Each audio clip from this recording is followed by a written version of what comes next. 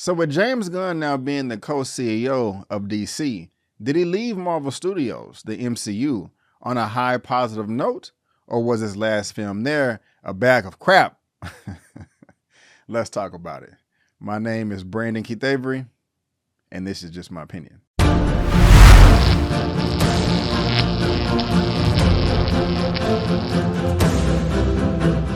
Hey, what's going on, everyone, and welcome back to another episode of Just My Opinion from our Guardians of the Galaxy Volume 3 movie review.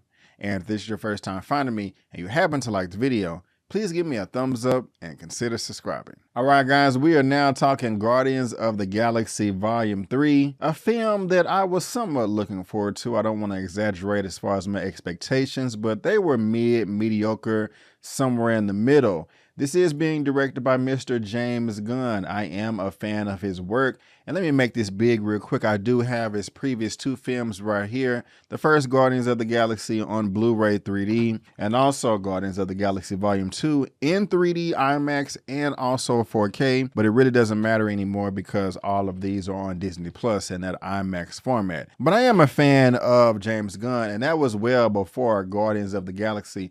If we just scroll down and look at his filmography real quick, he did Slither that came out a number of years ago, and that was the first James Gunn movie I saw in 2006. It's a great film. If you haven't seen it, check it out. He also did Super, which was hilarious. Also did the remake of The Suicide Squad and Peacemaker. This man knows what he's doing when it comes to comic book adaptations, and we're going to see if that still applies with Guardians of the Galaxy Volume 3. And about the whole MCU Marvel Studios experience, after Endgame, after Spider-Man No Way Home, a lot of people online in the world, in geekdom, have been saying that Phase 4 has been kind of mid, kind of been lackluster. It hasn't reached its full potential.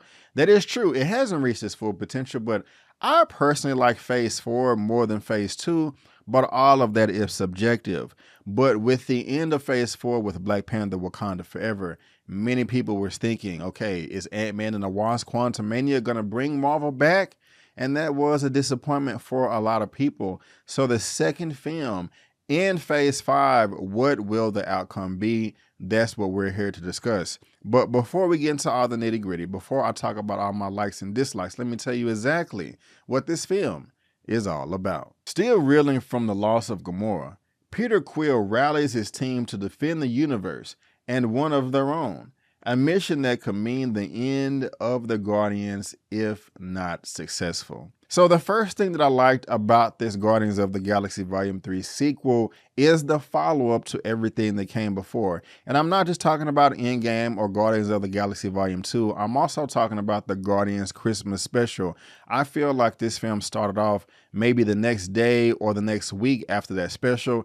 And if you like that special, which I did, you will like the very beginning of this movie. It's all subjective, but I do like the way they transition. I thought that was a great way to open up this film. It was also quite different. I am used to seeing these Guardians of the Galaxy in a certain light, in a certain position, mental state, all of that. And it was kind of a shocker for me, a bit jarring, but in a good way, especially when it comes to Chris Pratt's character, Peter Quill. I've seen him in a way in this film at the very beginning that I've never seen him before, and I like that. I like the way that James Gunn kind of flipped his character on his head because he's supposed to be the leader, but he is not being the best leader at the beginning of this movie, and it shows and kind of put the Guardians in the position that they were in throughout this whole film. And again, I think that's just a great way to start things off and to switch things up just a bit. I also feel like the Guardians are really a team in this film, and they know all of their strengths and weaknesses. Yes, they were a team all the way at the very first movie, but that was their origin story, and they were just more of a product of their environment. They were just kind of there because they didn't have anything else to do, and they could help each other out. But now I feel like they're an actual team, and they benefit from each other in the long run, and they're there to support and love each other, and it makes for a better entertaining movie in my opinion. I also do like the new addition of characters that we got in this film, especially Cosmo the dog. I'm not familiar with him that much. I know that he is from the comics, and he did pop up in part 2, or at least the post-credit scene, but he had a very prominent role in this film, and I liked everything that his character had to deliver. And also just that something that makes Volume 3 different from every other Guardians film or the MCU is, well, not every MCU does this to where they're trying to save the whole planet or the whole universe or the whole galaxy. That was the case, especially in part 2, but this film, Guardians of the Galaxy Volume 3, is so hyper-focused on one small point, one aspect. And it may be small in the grand scheme of the whole universe or a galaxy, but it holds so much weight. And I like the attention to detail that they gave this main story point. They wasn't concentrating on some villain trying to stop them. This film was mainly about the Guardians of the Galaxy themselves as a team, as a family, as a unit, trying to grow together while also developing each character individually. This is also really focused on Rocket Raccoon, of course, played by Bradley Cooper. Best part of the film, I loved everything that had to do with Rocket in this film. He is the main character and he's freaking phenomenal.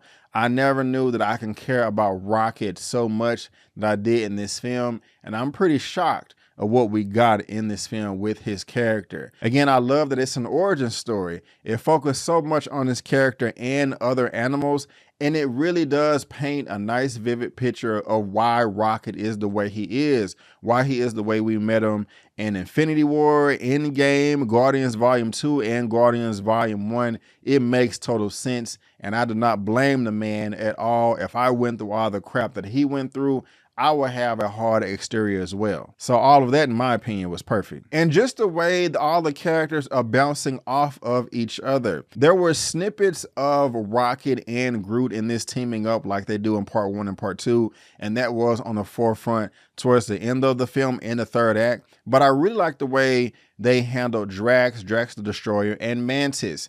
These are two of my least favorite characters in the Guardians. Sometimes I find Mantis to be a bit annoying, but for some reason I loved her in this movie, and the way that she was bouncing off of Drax and all of their comedic banter really did work. Not all of the time, and I will get on that a little bit more in the negative part of this review, but for the most part, I was able to accept these characters for who they were, and they did make me laugh at times, even when I didn't want to laugh. There are a ton of jokes in this movie, and I love the way they were placed. Not all of them landed as well as others, but I will say I am happy of where they placed the jokes. And I say that because I have been very critical about the comedy in the MCU. Not that I have a problem with it, I just have a problem with where they place the comedy.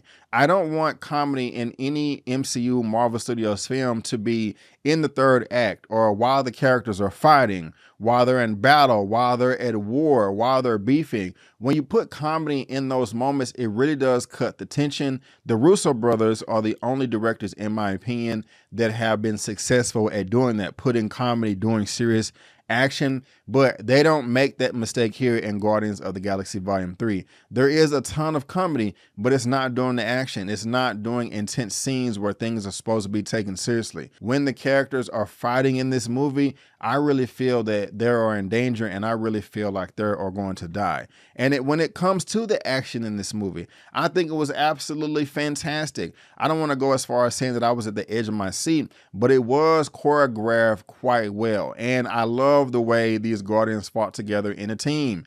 There was one part towards the end in the third act where they was fighting in the hallway, and man, it's like these guys have been training together for the past 20 years, and I loved it. And majority of it was shot in one take, and that's very, very difficult. So I have to give James Gunn and everybody else that was a part of this production the kudos, 2 thumbs up, because that was a part to where I was smiling like, yeah, I'm liking this right here. This is pretty dope. I like this. I like this. Every character is using their own special, unique tool, ability, power, whatever, to seize the day in these moments, or sometimes multiple moments. And it's nice. It's nice. It's nice. And not only is this nice, it's nice to look at. The cinematography has never been a problem in the MCU, and it's not a problem here. It sounds great. It looks great. And of course, let's talk about the sound. The soundtrack was dope. I was bobbing my head up and down, feeling the beats. I don't want to go as far as saying that the soundtrack was as good as Volume 1, but for me, it was definitely better than Volume 2. The music is good in all of these films. That is a standout. The score, the soundtrack is a character in itself, but I can say off top that the music, the soundtrack, the score was better in Volume 3 than Volume 2, but again, that is not a knock on Volume 2. I feel like I'm jumping around a little bit, and I'm just excited, but if you're liking this review so far, please give me a thumbs up, leave a comment, and subscribe. Help me reach 50,000 subscribers. I can only do that with your help, and if you stick to the end of this review, I'll tell you what you will get if you do subscribe to the channel. But let's go back to the characters. I talked about Mantis and Drax the Destroyer, but I also want to talk about Peter Quill, Chris Pratt, and Gamora, Zoe Saldana. When I was reading the synopsis at the very beginning of this review, I said, still reeling from the loss of Gamora, Peter Quill rallies his team together, blah, blah, blah, blah. I really like the dynamic between these two because a lot of people can complain in the MCU just saying, okay, there's nothing but fake deaths. Every time a character dies, they come back in some form or fashion, whether it's a different timeline, a different variant, whatever. I've never agreed with that. Coulson died in the first film of Avengers. We also got Quicksilver. He died. Black Widow's dead. And Gamora's dead too. Even though Gamora is in this film, this is definitely not the same Gamora that we knew back in 2014 when we met her for the first time. This is a completely different Gamora. And the way that she is treating Quill in this movie, I thought was brilliant. That really does put Quill in a conundrum in his brain. I mean, this man is discombobulated because he thinks it's the same person. He knows it's not, but it's a completely different person. It's the same person, but completely different. And I love the way that I love the way that Gamora was treating him and their relationship or lack thereof. That was another highlight in this film because I would have said to myself, damn, you got to talk to him like that? That was cold as hell. Try to understand where this man is coming from. Put yourself in his shoes. And she tried a little bit, but it just wasn't working, unfortunately, for Quill. But I did love their relationship or the lack thereof. So I've talked about Rocket. I've talked about Cosmo, Drax and Mantis, Gamora and Peter Quill. But I also want to talk about Quaglin. This man didn't even have that much dialogue in this film, but you can understand that he was going through something. He has some eternal demons. Yondu from the previous films, his mentor, passed down the mohawk and the death arrow from hell. And that was a relationship in itself, and I liked how that grew into the film as well. That was nice, had nice touches. I liked all of that. It was just fantastic. And let me jump back to Drax real quick. He was my favorite in this film out of the whole three. I don't know why. He wasn't over the top with his jokes. It was just about right. Maybe a little bit too much, but I liked him. And one of the things I liked about him is they actually showed his strength. He is not just some dumb idiot. He is strong and he can fight and will body slam your ass if you get in the way or mess with his people. I also liked that this film was self-aware. A number of characters in this film did address the personality of the other characters. Like, man, you are annoying. You get on my nerve. Why do you act stupid all the time? I am not going to let you pretend to be dumb. Stop it. You're getting on my nerve. You are hurting the mission. I love that. They didn't do that just one time, but a number of times in this film, especially when it has to do with Nebula, who did a great job, interacting with Mantis, interacting with Drax. All the characters did a great job in this film. They were all standout. They all had a nice amount to add to this overall story, this overall picture. Now, we'll say this, Adam Warlock was very strong. He was very strong. If you want to fight Adam Warlock, you need to make sure you have a plan of action and some big ass guns because the dude is strong. I have some other things to say about him, but I'll wait for that. But the dude is strong. But guys, we have to talk about one of the best parts of this movie. I think this gentleman did a great job. He worked with James Gunn and Peacemaker, and he is the High Evolutionary, played by Mr. Chuck Woody Owuji. Man, y'all, this dude was badass. I liked him a lot. I really did. He was a great villain in this film. He was a great threat and he was powerful and the acting was great too.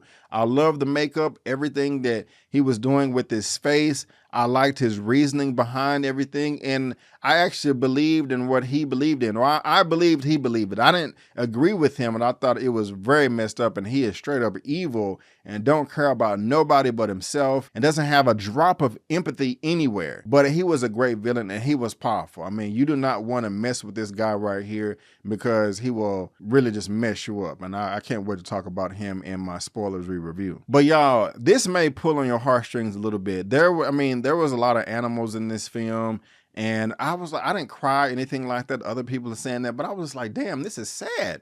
They are really able to make these animals, especially Rocket, emote from their faces, and these characters aren't real. I mean, you just have to give it to them for making these real CG looking creatures. I mean, they just did a great job there, and so 2 thumbs up, kudos, all that good stuff. But guys, now I have to end on all of the positives. Now let me transition to some things that really did not work for me in this movie. And the first one, I think, is kind of in the first act, transitioning over to the second, where the Guardians have to go on an adventure to obtain something. I thought that their first little adventure was far too easy. I did not think that it was a challenge at all. When they're prepping to go to this adventure, they're like, oh my gosh, how are we going to do it? How are we going to infiltrate the place? Okay, they have this, they have that. We're not going to be able to do it. But they do it just like this. And when there's an opposition, they just kind of cut through it like butter. And I'm just like, where is the challenge? Where is the threat? It's just completely non-existent. And I really couldn't get into the scene because I was saying that this is just too easy. They should have made this much harder for the team. But plot armor everywhere, it just really didn't make any sense. The second thing that I really didn't care for in this film is when it comes to the jokes. Now, I want to praise the film that they did not put the jokes in the wrong parts of this movie, like during serious moments. But they did stretch the jokes out just a little too long. They did not have to stretch them that long. Off the top of my head, I'm thinking about 4 scenes in particular to where the joke actually started out as funny, to where they're joking but also doing something else that makes sense in the background, passing time. But there was just a number of points that was like, okay, we're going to stop doing what we're doing and we're just going to joke for the next 30, 45, 60 seconds. And I kind of felt like that hurt the pacing just a little bit. I mean, this was a prime example of where less is good. The jokes were funny. They just stretched it out just a little too long. And I'm just like, okay, like why just dial it back a little bit? Oh, but good thing is it wasn't during serious moments. I think it just slowed down the film just a bit. And the last thing that I really didn't care for was Adam Warlock. I'm not an expert on his character, but I was going into this film saying to myself, okay, this dude is a badass because every comic book expert out there, I always hear them talk about how bad he is in the comics. And also, he was a highlight at the very end of Guardians of the Galaxy Volume 2. And that build-up, we were saying, okay, man, when Guardians 3 come out, Adam Warlock gonna be a beast or whatever. He gonna be this, he gonna be a badass. And while he was physically strong, he was kind of stupid. There were a few kind of chuckle moments here and there when it came from his character, but it was all unexpected. I was like, whoa, I didn't think we was gonna get this, and that. And it wasn't horrible, but I kind of just wanted a little bit more from his character. I wanted more screen time. I wanted more development. I wanted to hear him monologuing his philosophy on life and whatever, but we just didn't get that. We just got somebody that was strong as hell, that was covered in gold, and acted kind of stupid from time to time. But guys, I really did enjoy this film. I had a lot of fun. If I had to rank the Guardians of the Galaxy movies from worst to first, I can say right now that Part 2, Volume 2 is in last place. But if I like Part 3 or Part 1 more, I don't know, right now I may be leaning at 3 is the best. And then Part 1 is number 2. And then number 2 is number 3. Yeah, because I love the villain in this film by Chuck Woody, the High Evolutionary. But I hated Ronan as the villain in Guardians of the Galaxy Volume 1. He was horrible to me. Cleanse it. I didn't like him at all. So Volume 3 may be my favorite out of the trilogy, and James Gunn should be proud. It's a shame that he's not going to be at Marvel anymore. He's the co-CEO of DC, but more power to him. And I can't wait to talk more about this film, guys. I will be linking up most likely with Eman with Eman's movie reviews and Elliot with movie files for an epic spoilery review. We're going to talk about all the nitty gritty, up, down, left, right, in, and out. I may be bringing in a third person to it, maybe a total of 4, but I got to reach out to him and make sure that all of our schedules can align. But make sure you subscribe for that. And if you're looking at the screen, guys, you can see we did link up. Myself, Eman, Elliot, and Nagier. Make sure you come back this Thursday, May the 4th, 6 p.m. CST for this epic spoilery review for Guardians of the Galaxy Volume 3. And also, guys, I changed my mind. My ranking for these films is Guardians of the Galaxy Volume 1 coming in first, Volume 3 coming in second, and Volume 2 coming in third. And guys, of course, I will give my rating for this at the very, very end.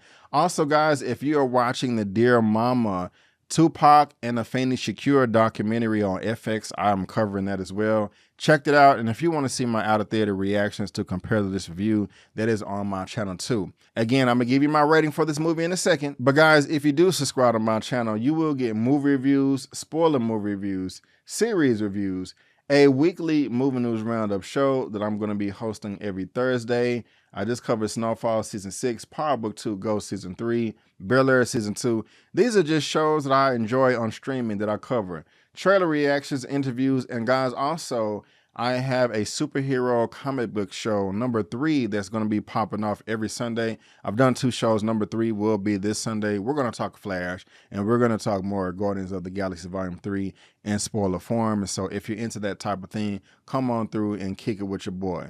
But if I had to rate Guardians of the Galaxy Volume 3 out of a 1 out of 10, and we're not going to compare this number rating to the other ones because I feel differently about them now, but I think right now I'm going to give this film a solid 8.5 out of 10. A solid 8.5 out of 10. I was thinking about giving it a 9, but I don't know what I want to, if I want to do that. But a good solid 8.5 out of 10, that's I don't know. Do I want to give it a 9? I don't know. Come back for the spoiler review. But right now I'm dancing between an 8.5 and 9 out of 10. But guys, again, I just want to thank you so much for tuning in. And before you go, don't forget that my name is Brandon Keith Avery. And that's just my opinion. Peace.